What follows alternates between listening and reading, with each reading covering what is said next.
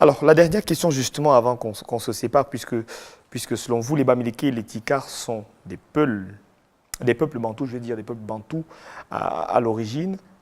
Est-ce qu'un Bamileke peut avoir une filiation, j'ai envie de dire, avec un peuple, je ne sais pas, Congo ou un riche de Congo, bien peut-être Baoulé en Côte d'Ivoire?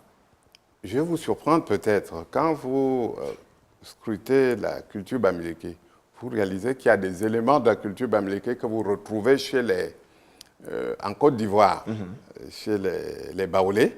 Vous trouvez des éléments dans la culture Bamileke que vous ne retrouvez plus chez les Ekans, mais que vous retrouvez dans le Bas-Congo, que vous retrouvez chez les Bantous orientaux, Rwanda. Rwanda, exactement. C'est dire que, justement, les Bamileke sont un point, on peut qualifier d'être tellement métissés que finalement, on ne connaît plus. Il n'est pas exclu que vous trouvez des affinités entre la culture Bamileke, la culture ghanéenne, la culture sud-africaine, même au niveau des rythmes, de la musique. Hein. Alors, merci à vous, Léon Kamra, d'être passé sur ce plateau. C'est moi qui vous remercie de me donner l'occasion de partager cette passion avec vos téléspectateurs. Alors, on rappelle que vous êtes administrateur des postes et télécommunications de formation. Vous êtes diplômé en anthropologie de l'Université de Yaoundé 1. Vous êtes aussi l'auteur du livre que nous venons de parcourir, Dokirdi Ventre Bantou, les sources de l'exception culturelle, Bamileke et Tikar, un livre de plus de 600 pages que vous avez publié dans la collection Identité et civilisation d'Afrodite africaine d'édition. Merci encore.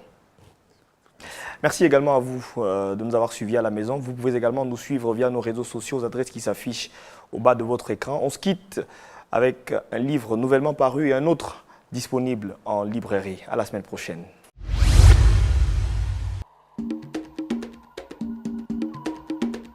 Le sang des uns et des autres est le cri et le murmure des souffrances muettes. Quel monde souhaitons-nous léguer à nos enfants?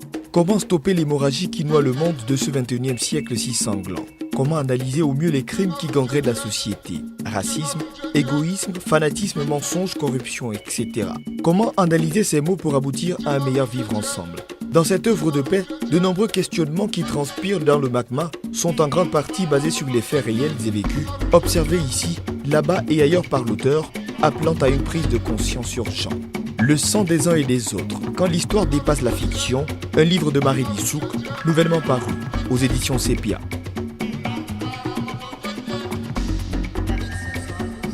Espiègle et frondeur, le jeune Zoulou, Doumisani Gomede, grandit dans le cadre bucolique des montagnes sud-africaines. Cet irrésistible séducteur voit son absence marquée par deux exaltations. Son goût prononcé, voire obsessionnel, pour le badinage et le sexe, et une adoration inconditionnelle pour Mandela, le mythique leader de l'ANC recherché alors dans tout le pays, et incarnation idéale pour lui du courage et de la virilité. Son existence entière sera gouvernée par ces deux pôles, devenus indissociables et interactifs dans son esprit. Roman de formation atypique et audacieux, ce livre dessine un portrait décalé de l'Afrique du Sud sous le régime de l'apartheid, les savoureuses anecdotes relatives à la vie quotidienne de la communauté zoulou, n'éludant pas la violence ordinaire, familiale, rituelle, politique ou encore touristique. Sagesse et humour se côtoient sans cesse dans cette fable truculente et décalée, hommage joyeux au grand Mandela et aux forces vitales les plus essentielles. Mandela et moi, de Lévin Kosi, disponible aux éditions Ifriqiya. Donnez vie à votre manuscrit chez Afredi.